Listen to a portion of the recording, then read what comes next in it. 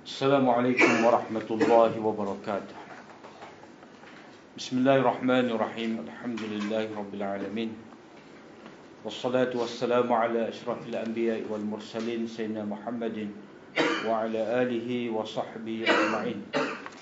Allahumma 'allimna ma yanfa'una wanfa'na bima 'allamtana. Allahumma faqihna fid din wa 'allimna at-ta'wil wa zidna 'ilman ya rabbal alamin. Rabbi shrah li sadri wa yassir li amri wahlul 'uqdatam min lisani yafqahu qawli. Subhanaka la 'ilma lana illa ma 'allamtana innaka antal 'alimul hakim. Wa la haula wa la quwwata illa billah. Kisah pada zahir sahaja.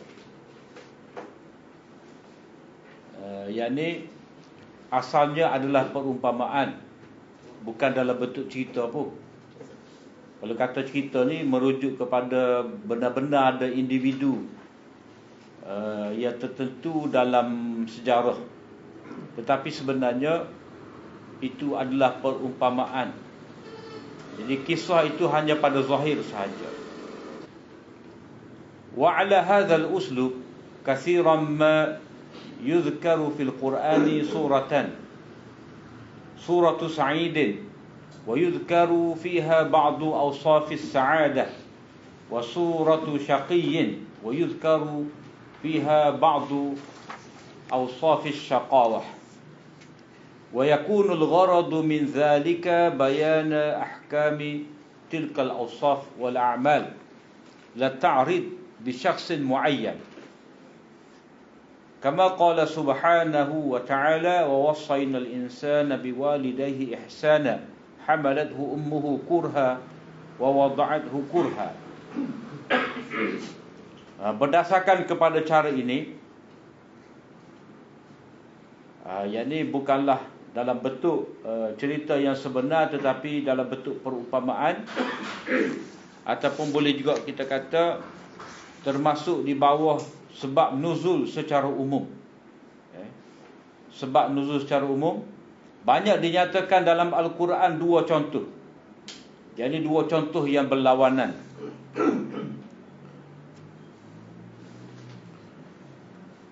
Pertama, orang yang bahagia, dan disebutkan padanya itu beberapa tanda kebahagiaan. Kedua, gambaran orang yang celaka, dan dijelaskan padanya itu beberapa sifat kecelakaan. Jadi seringkali ada dalam Al-Quran ini perbandingan yang kita panggil muqabalah. Perbandingan di antara orang-orang yang beriman dengan orang-orang yang fasik, ataupun kadang-kadang disebutkan sebagai muttaqin, lawan dia mujrimin. Muttaqin, orang yang bertakwa kepada Allah Ta'ala, lawan dia itu adalah orang mujrimin, yang banyak melakukan dosa. Kadang-kadang disebutkan orang mukmin, lawan dia orang kafir. Cuma Syekh Wadullah merangkumkan kesemua ini kepada dua bahagian. Orang yang bahagia dan orang yang celaka. Jadi yang dikatakan bahagia tu orang yang sempurna iman, amal soleh, orang yang membenarkan hari akhirat, orang muttaqi.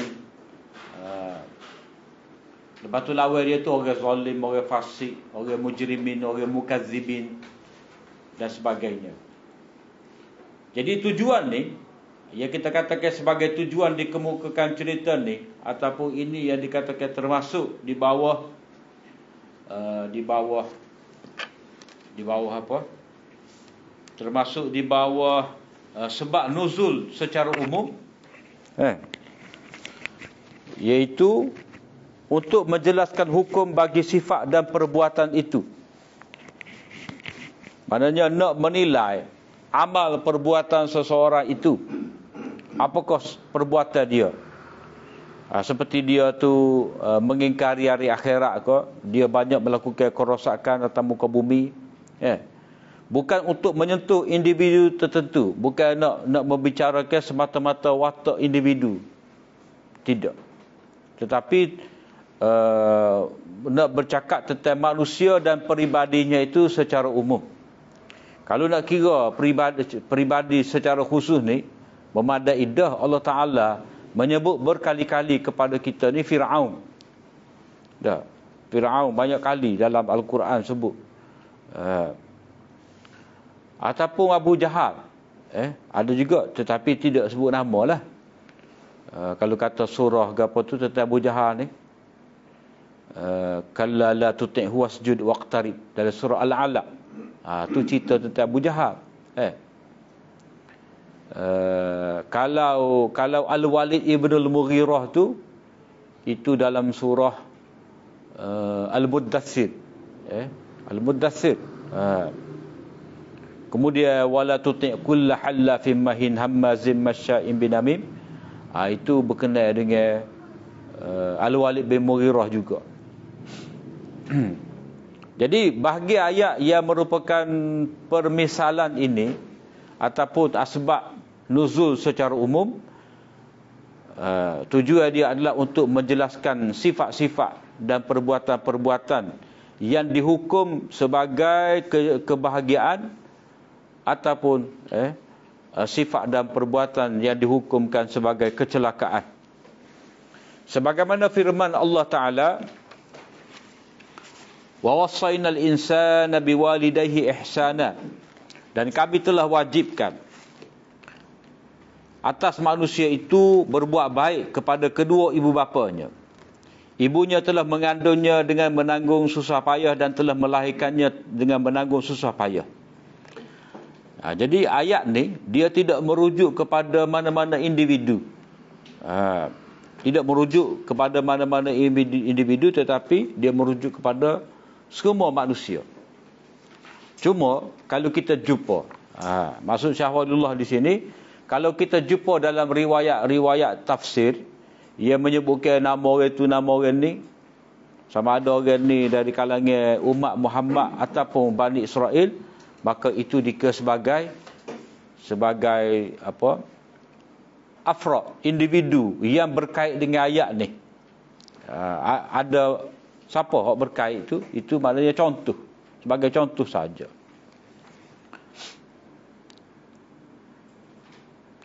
Jadi hak ni yang dikatakan sebagai orang-orang yang bahagia, sebab kalau kita baca ayat yang seterusnya ni, Allah SWT menyebut doa orang ni.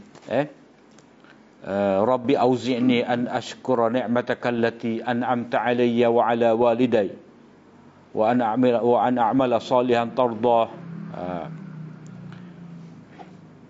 Ayat doa, orang kata doa bila sampai umur 40 ni, Rabbi auzi'ni, ya Allah berilah kepada aku kesedaran untuk bersyukur kepada engkau, beramal soleh. Kemudian disebutkan dua gambaran bagi dua kumpulan, yang bahagia dan yang celaka. Demikianlah, wa idza qila lahum madza anzala rabbukum qalu asatirul awwalin. Dan apabila dikatakan kepada mereka, apakah yang diturunkan oleh Tuhan kamu, yakni kepada Nabi Muhammad, mereka menjawab, cerita-cerita dongeng orang-orang dahulu kala. Itu gambaran orang-orang yang celaka. Kalau ni orang celaka, pergi beberapa ayat lepas pada ni, wa idza qila lahum madza anzala rabbukum qalu khaira. Orang yang bahagia pula bila mana ditanya kepada mereka, apakah yang telah diturunkan oleh Tuhan kamu itu kepada Nabi Muhammad, mereka tu menjawab khaira, kebaikan yang besar. Waktu tu asal dalam ayat yang ke An-Nahl ni, ayat yang ke-30. Wa qila lil ladzina taqaw wa qila lil ladzina taqaw madza anzala rabbukum qalu khaira. Wa qila lil ladzina taqaw madza anzala rabbukum qalu khaira, ayat 30. Itu panggil muqabalah. Dia ada semua dalam Quran ni, dia panggil cara muqabalah. Ini sebahagian daripada orang panggil ilmu munasabah. Ilmu munasabah ataupun rabtul bainal ayat, persesuaian antara ayat dengan ayat ataupun pertalian ayat dengan ayat, iaitu dalam bentuk muqabalah. Setelah diceritakan golongan bahagia, maka akan disebut golongan yang celaka, ataupun kadang-kadang didahulukan golongan yang celaka, kemudian golongan yang bahagia. Demikianlah sepatutnya ditafsir ayat-ayat berikut dengan makna ini, yakni kita tidak boleh menyebut ayat ni berkait dengan individu tertentu, tetapi ini hanya merupakan perumpamaan, contoh. Kalau dikaitkan dengan mana-mana individu, mana-mana kampung, mana-mana tempat, itu dikira sebagai yang termasuk. Yang termasuk. Wa daraballahu mathalan qaryatan kanat aminah mutmainnah ya'tiha rizquha ragadan min kulli makan fakafarat bi'an'umillah fa'adhaqaha Allahu libasal ju'i wal khawfi bima kanu yasna'un. Dan berhubung dengan hal kaum yang kufur engkar, Allah memberikan satu contoh. Jadi kalau kata satu contoh ni, ini adalah ayat yang bersifat umum. Bukan kata ayat yang turun kerana sebab tertentu. Sebuah negeri yang aman, damai dan tenteram, yang didatangi rezekinya dengan yang mewah dari tiap-tiap tempat, kemudian penduduknya kufur akan nikmat-nikmat Allah itu, maka Allah merasakannya kelaparan dan ketakutan yang meliputi keseluruhannya disebabkan apa yang telah mereka lakukan. Jadi walaupun setengah daripada ahli tafsir menyebut ini merujuk kepada orang Mekah ataupun mana-mana tempat, tetapi ini sebenarnya ayat secara umum. Kemudian, huwallazi khalaqakum min nafsin wahidah wa ja'ala minha zawjaha liyaskuna ilaiha falamma taghasyaha hamalat hamlan khafifan famarrat bih falamma asqalat da'wa Allah rabbahuma la in ataitana salihan lanakunanna minasyakirin. Dialah Allah yang menciptakan kamu semua dari hakikat diri yang satu, dan ia mengadakan daripada hakikat itu pasangannya, diri suami isteri, untuk bersenalin hati dan hidup mesra yang satu kepada yang lain. Ketika suami mencampuri isterinya, mengandunglah ia dengan kandungan yang ringan, serta teruslah ia dengan keadaan itu dari satu ke satu waktu. Kemudian ketika ia merasa berat dan menaruh bimbang, mana berat tu, alah kau nak beranak lah. Ya. Sakit nak beranak. Berdoalah suami isteri itu kepada Tuhan mereka dengan berkata, sesungguhnya jika engkau, wahai Tuhan kami, mengurniakan kami nikmat yang baik, tentulah kami menjadi orang-orang yang bersyukur. Jadi setengah daripada ahli tafsir, dia mengaitkan ayat ni merujuk kepada Nabi Adam dengan Hawa. Dah. Sebab apa? Sebab dia anggap ayat ni sama seperti dengan ayat yang pertama dalam surah An-Nisa. Ya ayuhan nasu taqu rabbakumul ladzi khalaqakum min nafsin wahidah wa khalaqa minha zawjaha wa bassa minhuma rijalan katsiran wa nisaa. Jadi dia tengok ada persamaan bahagian-bahagian ayat ni, lalu dia mengaitkan ayat ni dengan An-Nisa tu. Sedangkan lain. Tak sama. Kalau mengikut Syah Wajullah ni, kalau ayat An-Nisa tu memang Adam dan Hawa, wa bassa minhuma, daripada dua tu dikembangkan zuriat tu. Sini Allah Ta'ala nak menyebut tentang setiap pasangan suami isteri tu, mereka tu min nafsin wahidah, jenis pasangan yang sama. Maknanya kalau dia manusia, nikah dengan manusia jugalah, tidak dengan bunia kau, dengan makhluk lain kau, tidak.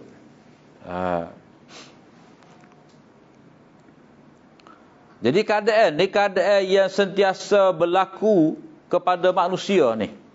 Bila mana dia berkahwin, dia meniduri isterinya sehingga isterinya mengandung. Bila sarap berat nak beranak tu, takut masing-masing bimbang. Dah. Janji dengan Allah Ta'ala biar anak dia jadi soleh. Jadi oleh kerana ada kesamaan antara ayat pertama surah Nisa dengan ayat ni, maka sebahagian ahli tafsir kata ini merujuk kepada Nabi Adam. Jadi masalah dia akan timbul macam mana? Bila kita baca ayat berikut nanti. Kalau kita baca ayat 190 ni, dah. Kesimpulannya, Nabi Adam dan Hawa ni pernah syirik kepada Allah. Dia akan tubik lagu tu. Dia akan tubik bahawa Adam dan Hawa ni pernah syirik kepada Allah Ta'ala. Itu lagu mana? Kalau kita baca 190 tu, falamma atahuma salihah ja'ala lahu syuraka fima atahuma fata'ala Allahu amma yusyrikun. Kemudian ketika Allah Ta'ala mengurniakan kepada kedua-duanya nikmat yang baik, sebagaimana yang mereka pohonkan, mereka berdua menjadikan sekutu bagi Allah dalam urusan wujudnya nikmat yang dikurniakan oleh Allah Ta'ala kepada mereka. Maha suci Allah daripada apa yang mereka sekutukan. Jadi kalau orang tu kaitkan ayat ni dengan Nabi Adam, dah. Lepas tu dia baca pula ayat 190, maka kesimpulan yang akan dibuat bahawa Nabi Adam dan Hawa pernah syirik kepada Allah. Pernah syirik kepada Allah Ta'ala. Sebab itulah kena beringat. Dalam Quran ni, walaupun kadang-kadang kita baca ayat tu uslub yang hampir sama, itu sebenarnya bukan tafsir Quran dengan Quran. Tak boleh nak tafsirkan An-Nisa dengan ayat ni. Ni cerita lain. Dah. Jangan cepat nak tafsir ayat Quran dengan Quran. Notas 300 berapa tu? Setengah ahli tafsir mengaitkan sebab kepada ayat ni satu hadis riwayat Tirmizi dan juga Al-Hakim an Samurah anin Nabi sallallahu alaihi wasallam qala lamma hamalat Hawa tafa biha iblisu wa kana la ya'ishu laha walad faqala sammihi Abdul Harith fasammathu Abdul Harith fa'asha wa kana dhalika min wahyi syaitan wa amri. Hadha hadithun hasanun gharib la na'rifuhu illa min hadith Umar ibni Ibrahim an Qatadah wa rawahu ba'duhum an Abdus Samad wa lam yarfa'hu. Riwayat daripada Samurah daripada Rasulullah sallallahu alaihi wasallam bersabda, tak kala Hawa hamil, iblis datang mengelilinginya. Iblis pun mari. Anak Hawa tiada yang hidup, yakni meninggal dunia ketika kecil. Maknanya Hawa ni berapa kali dia beranak. Tak ada besar mati anak. Tak ada besar mati anak. Jalan kau riwayat aku tu. Iblis berkata kepadanya tu dah. Namakalah anak kamu ni, namakalah anak kamu dah dengan nama Abdul Harith. Abdul Harith ni hamba Yamanan ni. Dah. Dia ada ke nama Allah Ta'ala Al-Harith? Ada dah. Ada. Apa? Aantum tazra'unahu am nahnu zari'un. Tapi hak tu zari'un tu yang mana yang bercucuk tanah, yang menumbuhkan. Al-Harith ni kalau belajar bahasa Arab, kalau secara mudah kan, Al-Harith ni yang membajuk. Dah. Tak ada ni nama Allah Al-Harith ni. Jadi iblis kata, mu tetaplah nama anak kamu Al-Harith, Abdul Harith. Buh nama tu. Kalau Harith saja ada, tapi tidak nama Allah. Sebab ada disebutkan dalam hadis, tarah dia sahih atau tidak teringat dah. Sebaik-baik nama adalah Al-Harith. Sejujur-jujur orang adalah bernama Al-Harith. Ada satu riwayat Al-Harith. Tapi sebagai nama Allah tak ada. Letak Abdul Harith tak boleh dah. Tapi syaitan mari ajar, kamu letak Abdul Harith. Maknanya kalau tidak nama Allah, maknanya syaitan telah ajar kepada Hawa syirik. Dah, hamba kepada Harith. Siapa dia? Kalau kata tidak nama Allah, maknanya ini orang panggil syirik fitasmiyah. Syirik dalam bab meletakkan nama. Macam orang Berelui lah. Abdul Mustafa. Abdul Mustafa. Ada nama. Kalau di belah Pakistan tu, Ghulam Mustafa, Abdul Mustafa. Kalau puak Syiah, Abdul Hussein. Gapo? Dia ada nama tu. Nama yang menggambarkan syirik. Abdul Manaf. Ada juga orang Arab. Lalu Hawa menamakannya dengan nama Abdul Harith, lalu anak itu hidup. Itu adalah ilham dan perintah dari syaitan. Jadi sudut inilah yang dikatakan syirik. Tetapi Imam Tirmizi mengatakan hadis ini hasan gharib. Kita kena ingat, hadis hasan mengikut Tirmizi ni adalah hadis dhaif. Dhaif. Dan kami tidak mengetahui kecuali daripada hadis Umar bin Ibrahim daripada Qatadah. Sebahagian perawi meriwayatkannya daripada Abdul Samad dan beliau tidak memarfu'kannya. Maknanya hadis ni tidak kata-kata Nabi, tetapi kata-kata Samurah. Di situ ada illah dah. Ada illah tu macam mana? Perawi tidak sepakat dalam menentukan hadis ni adakah ni kata-kata Nabi ataupun kata-kata orang lain. Itu pun khilaf dah. Hafiz Ibn Hajar mengatakan riwayat Umar bin Ibrahim daripada Qatadah adalah lemah. Tak boleh. Tak boleh pakar ni. Tambah-tambah kandungnya dia ni, orang panggil dirayah dia tu tak betul dah. Kita nak kena tentu dulu. Hawa ni berapa kali beranak? Boleh anak dia tu Qabil, Habil tu gapo semua.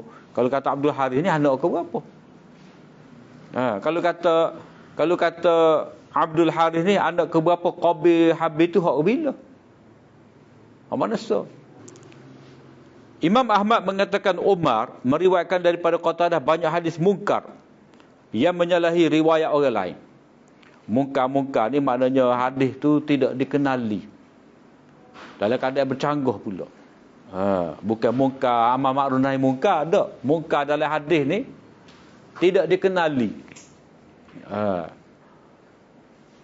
Kalau nak kaitkan juga mungkar tu maknanya orang boleh bantah lah kerana bercanggah. Menyalahi riwayat lain. Kesimpulannya riwayat ini tidak sahih. Dan dari segi ia bercanggah dengan kedudukan Hawa sebagai ahli tauhid dan tidak berlaku kesyirikan pada beliau. Sebab syirik ni bila mula berlaku? Lepas daripada kematian generasi keberapa dah anak cucu Adam Hawa tu. Bila ketika Nabi Nuh dibangkitkan, pada ketika tu ada syirik. Sebelum pada tu tak ada. Jadi tak munasabah tu. Maka sebab itulah ayat huwallazi khalaqakum min nafsin wahidah ni, ini ayat dalam bentuk tamsil ataupun al-qissah suratan la haqiqatan. Rupa pada ayat ni adalah kisah tetapi tidak ada kisah pada hakikatnya. Kemudian qad aflahal mu'minun alladzina hum fi salatihim khashi'un. Ini berkenaan dengan orang-orang yang berjaya.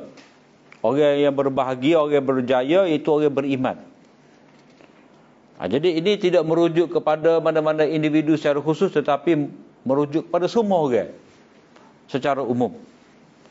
Wala tuti' kull halafin mahin. Ini juga dalam surah Qalam ni mengikut Syah Walullah, dia tidak mengaitkan dengan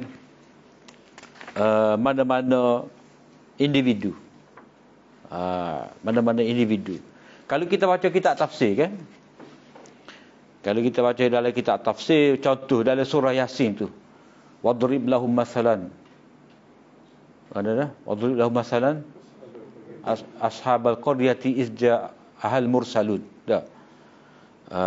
Situ pun ada juga ahli tafsir kata itu tidak merujuk kepada mana-mana individu tetapi contoh. Tapi kalau kita baca dalam kitab tafsir, ada kata itu salah seorang daripada rasul zaman Nabi Isa. Rasul juga tapi zaman Nabi Isa. Ada juga kata seorang rasul tu bukan rasul tetapi pendakwah yang dihantar oleh Nabi Isa. Tetapi ada kata itu adalah contoh seperti inilah wadrib lahum tu. Dia bermula dengan wadrib lahum, buatlah perumpamaan. Jadi buatlah perumpamaan itu tidak merujuk kepada mana-mana individu yang pernah berlaku dalam sejarah, tetapi Allah Taala nak buat perumpamaan bahawa pendakwah ni dia kena ada sokongan. Tidak boleh dia bersendirian dalam berdakwah. Dia kena mari 2-3 orang. Kalau dia seorang, dia mudah terdedah kepada ancaman. Sebab dalam cerita tu kan, dia dibunuh. Dia dibunuh tu. Dia dibunuh oleh masyarakat yang mendustakannya itu. Kemudian satu lagi ayat, tidak semestinya dalam gambaran ini lengkap semua sifat khusus pada individu yang khusus sebagaimana dalam ayat. Jadi oleh kerana ayat yang bersifat perumpamaan ini, dia tidak semestinya 100% betul berlaku pada realiti. Dengan benda yang disebutkan dalam ayat tu betul-betul ada, barulah yang dikatakan menepati kehendak ayat tamsil. Macam ayat di sini, masalul ladzina yunfikuna amwalahum fi sabilillah kamathali habbatin ambatat sab'a sanabila fi kulli sumbulatin mi'atu habbah wallahu yudha'ifu liman yasha wallahu wasi'un alim. Bandingan derma orang-orang yang membelanjakan hartanya pada jalan Allah ialah sama seperti sebiji benih yang tumbuh menerbitkan 7 tangkai. Jadi tidak semestinya 7 tangkai, ada 8, ada 10, ada 6 dah. Tiap-tiap tangkai itu pula mengandungi 100 biji. Mungkin lebih, mungkin kurang. Dan ingatlah Allah akan melipat gandakan pahala. Jadi sebenarnya Allah gandakan daripada sebiji benih itu, digandakan banyak biji-biji benih lain. Jadi nak sebut di sini, satu sedekah dah, walaupun kita tersinggit, tetapi pahala dia tu dia berganda-ganda, mungkin sampai kepada 700,000. Lebih daripada tu lagi. Allah akan melipat gandakan pahala bagi sesiapa yang dikehendakinya, dan Allah Maha luas rahmat kurnianya lagi Maha meliputi ilmu pengetahuannya. Jadi kata Syah Waliullah di sini, tidak semestinya wujud biji gandum dengan sifat ini. Tak semestinya ada. Hanya yang menjadi maksud di sini ialah menggambarkan pertambahan pahala. Sebab di sini dalam kaedah tamsil ni, ayat tamsil dipanggil nak takribu suratul ma'ani, nak mendekatkan rupa maknawi ni dengan kenyataan, dengan benda yang dapat dilihat dengan mata panca indera kita. Dipanggil unsur gapo ni, hyperbola apa gapo. Nak gambarkan betapa banyak pahala berganda-ganda tu disebutkan lagu ni. Macam orang kita katalah pipi sebagai apa, pauh apa, pauh dilayang, bibir merekah macam delima, macam ulah lima lah, macam-macam dah. Itu gambaran belaka. Oleh itu, apabila didapati gambaran yang menyamai sifat ini dalam kebanyakan ciri-cirinya atau keseluruhannya, maka ia termasuk dalam mesti apa yang tidak mesti. Maknanya bukanlah sesuatu itu menjadi syarat lagu tu. Cuma benda ni, benda yang tidak semestinya ada dalam kenyataan lagu ni rupa. Cuma nak mendekatkan. Maksud dia sebenarnya adalah takrib al-ma'ani, sesuatu yang bersifat konsep tu kita nak dekatkan kepada minda.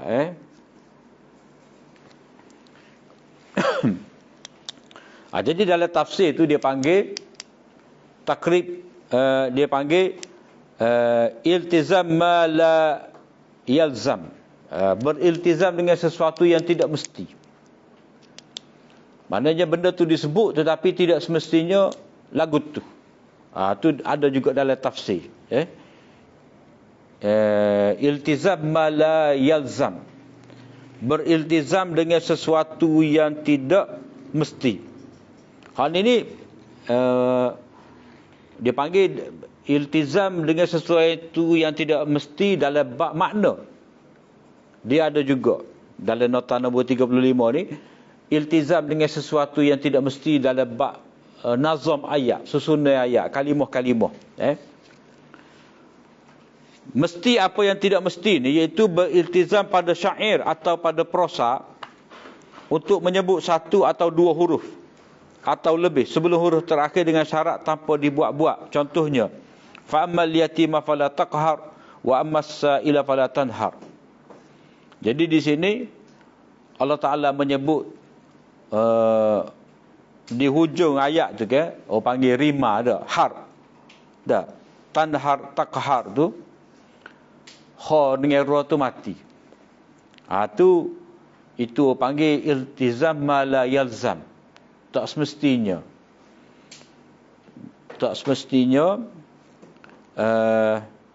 ada, tetapi disebutkan oleh Allah Ta'ala sebagai apa? Orang panggil sajak ataupun rima ni.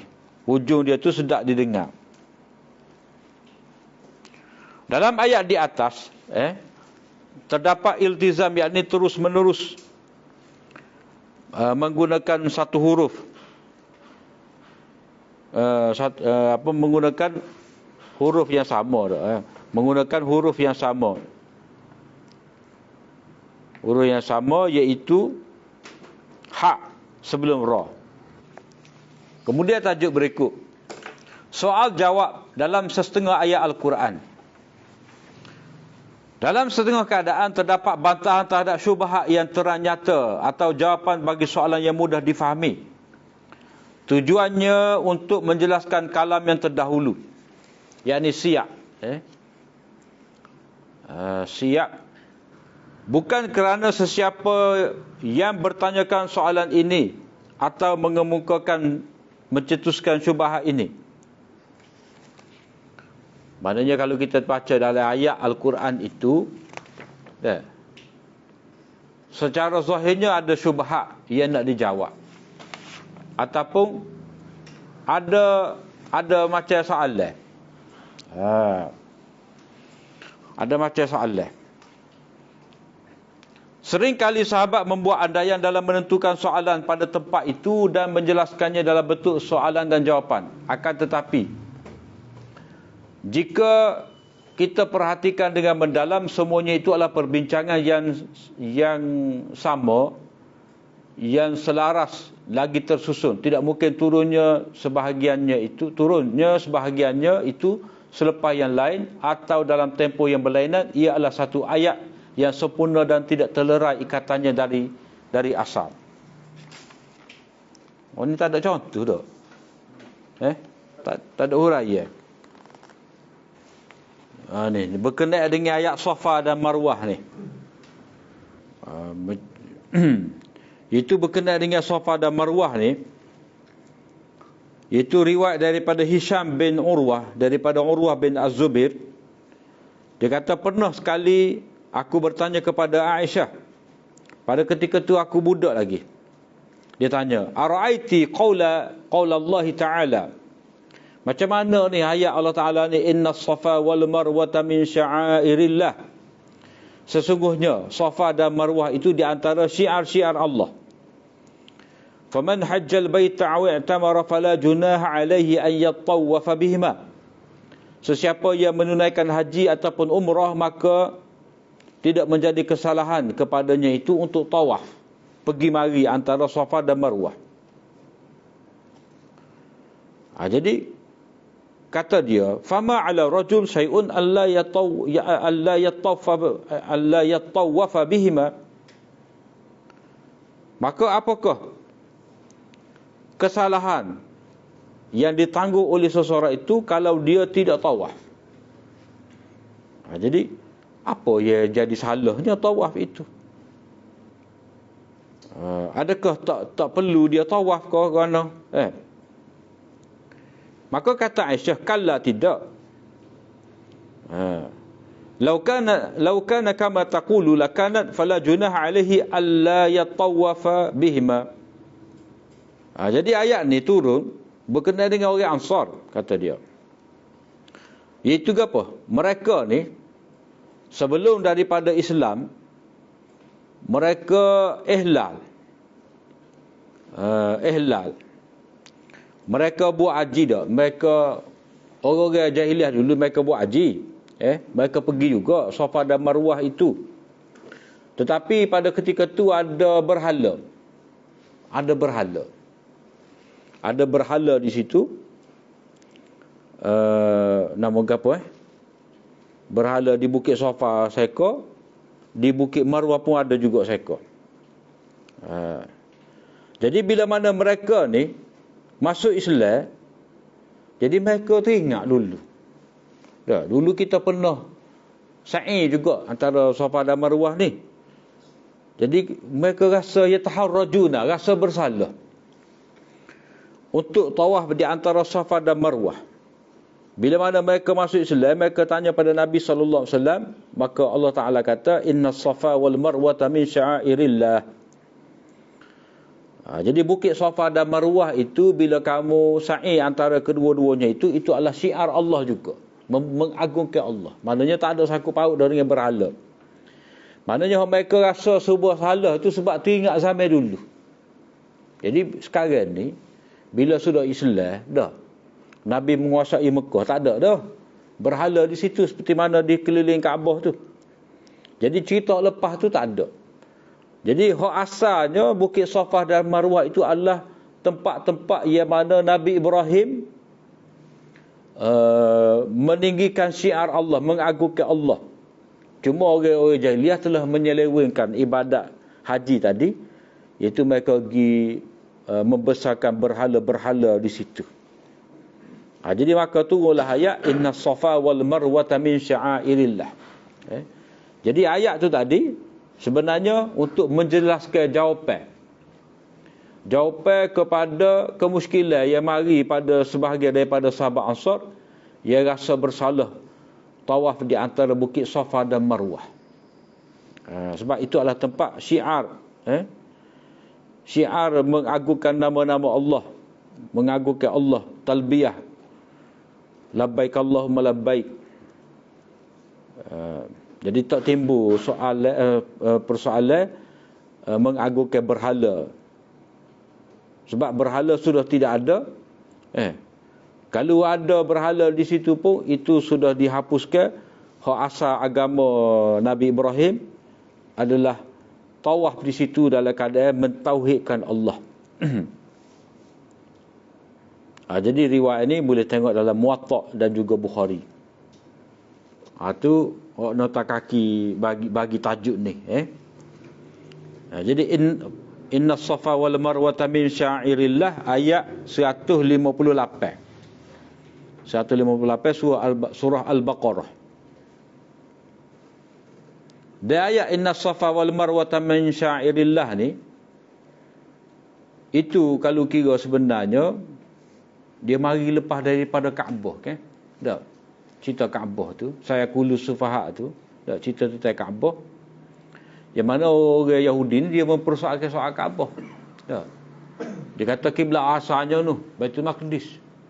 Jadi Allah Taala nak membetulkan hak sebenarnya ngadak ke Baitullah.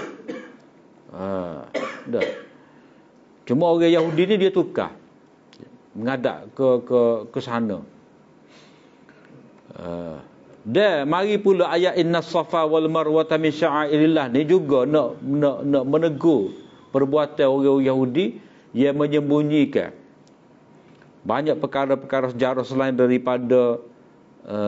daripada masalah kiblat. Orang Yahudi juga menyembunyikan tentang siapakah sebenarnya anak Nabi Ibrahim yang disembelih. Kalau ikut Yahudi, Nabi Ishaq. Sedangkan kalau mengikut Al-Quran, mengikut hadis Nabi, yang disembelih itu adalah Ismail.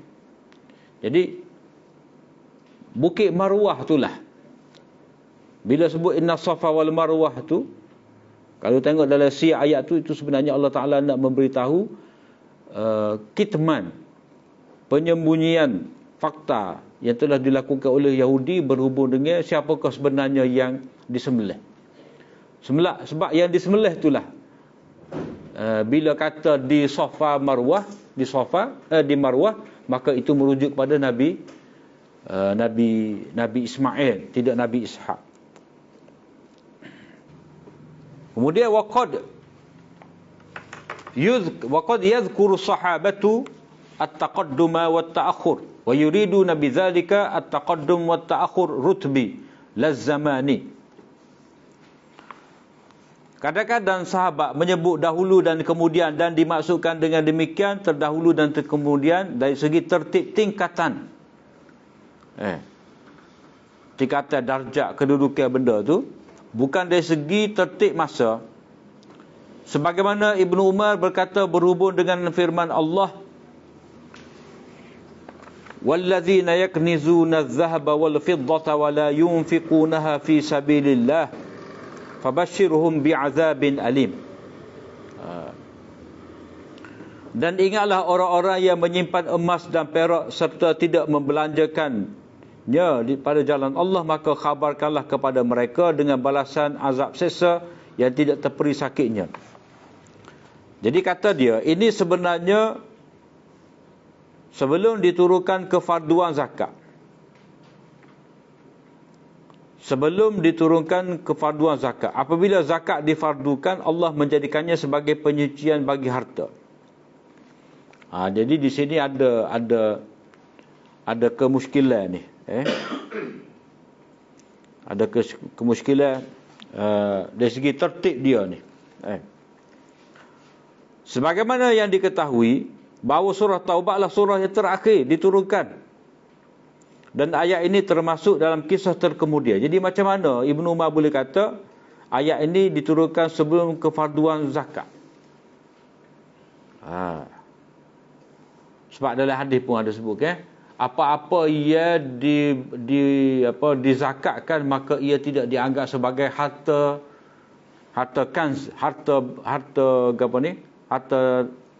simpanan. Harta apa yang panggil ni? Harta khazanah. Maknanya kalau orang tu simpan banyak mana harta, bila dia mengeluarkan zakat, maka tidak tercela dia menyimpan harta walau banyak mana sekalipun.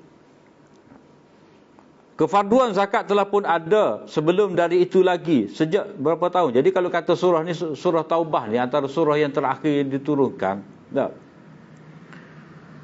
Maknanya berkenaan dengan peperangan Tabuk gapo semua ni. Jadi macam mana Ibnu Umar boleh kata ayat ni turun sebelum kefarduan zakat? Pelik tu, tak? Sedangkan ayat ni surah-surah terakhir. Zakat ni awal ni. Mereka awal Mekah, Madinah lagi zakat ni. Akan tetapi maksud Ibnu Umar terdahulu ijmal sebelum tafsil pada tertib. Itu sebenarnya kata Syekh Waliullah. Dalam nota nombor 357 ni terdahulu ijmal atau ketidakjelasan kerana disebutkan secara ringkas, iaitu mengumpul dan menyimpan harta dengan apa jua cara dan tidak membelanjakan di jalan Allah. Maknanya maksud sebelum ni maknanya sebelum diperincikan. Orang-orang yang menyimpan harta benda nyemah dan perak dan tidak infak fi sabilillah, maka dia dikira berdosa, maka dia akan diseksa dengan api neraka. Jadi hak ni ayat ni hanya disebutkan dengan ringkas. Sebelum ada tafsil, sebelum ada perincian. Perincian itu lagu mana? Tafsil ataupun perinciannya ialah infak yang fardu yang diketahui qadar dan juga infak yang sunat. Maknanya kalau orang itu telah infak fi sabilillah, harta dia di samping dia bersedekah sunat, maka dia dikira tak apa mengumpulkan harta bendanya itu. Nombor 359, ayat yang menjemal ditafsirkan dengan ayat yang mufassil. Oleh itu, maksud ayat ni tidak menunaikan zakat mengikut caranya, maka berilah berita gembira kepada mereka dengan azab yang menyakitkan.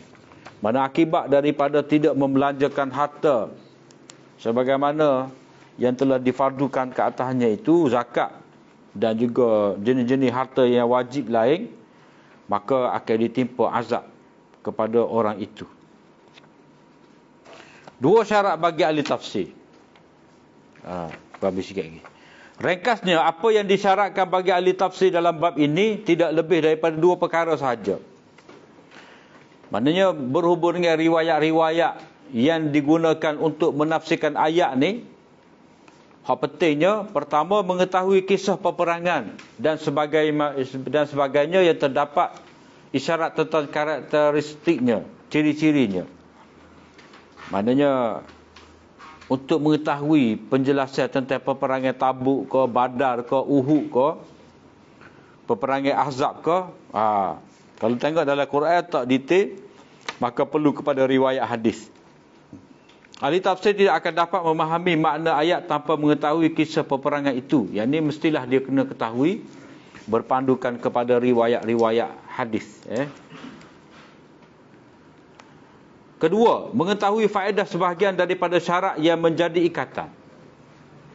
Syarat yang menjadi ikatan ni maknanya benda itu diikat dengan syarat ataupun dengan sifat. Jadi adakah syarat dan sifat itu sesuatu yang mesti.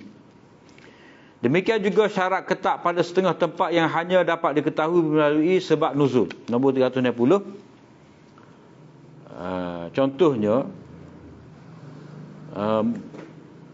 Contoh ni, sebelum pada ni kita baca dah berkenaan dengan Sayyidina Umar tu tanya pada Nabi, qasas maya in khiftum an yaftinakumul ladzina kafaru, bila kamu mengembara di atas muka bumi, tidak mengapa kamu qasas maya kalau kamu bimbang. Jadi kalau kamu tu bimbang tu dipanggil ikatan dalam bentuk syarat. Jadi ikatan tu adalah ikatan yang mesti ataupun tidak? Jawapannya tidak mestilah. Sebab apa? Sebab nak qasas maya tidak semestinya dalam keadaan ketakutan, dalam keadaan amal pun boleh qasas juga. Jadi syarat tadi tidaklah syarat yang mengikat. Contohlah yang di sini nombor 360. Riwayat daripada Ibnu Abbas katanya ada sekumpulan orang bertanya kepada Rasulullah sallallahu alaihi wasallam dengan cara mempersendakan, nak main, nak mengejek Nabi. Seorang bertanya, siapakah ayahku? Orang yang hilang untanya bertanya, di manakah unta saya? Di manakah unta saya? Maka Allah menurunkan ayat tentang mereka, ya ayyuhallazina amanu la tas'alu an asya'a in tubdalakum tasukum wa in tas'alu anha hina yunazzalul qur'anu tubdalakum afallahu anha wallahu ghafurun halim. Wahai orang-orang yang beriman, janganlah kamu bertanyakan kepada Nabi perkara-perkara yang jika diterangkan kepada kamu akan menyusahkan kamu. Hak ni hak kait penting. Jangan kamu suka tanya pada Nabi, kalau Nabi jelaskan kepada kamu, turun ayat Quran pada waktu tu, maka itu akan menyusahkan kamu pula. Tak sedut tanya.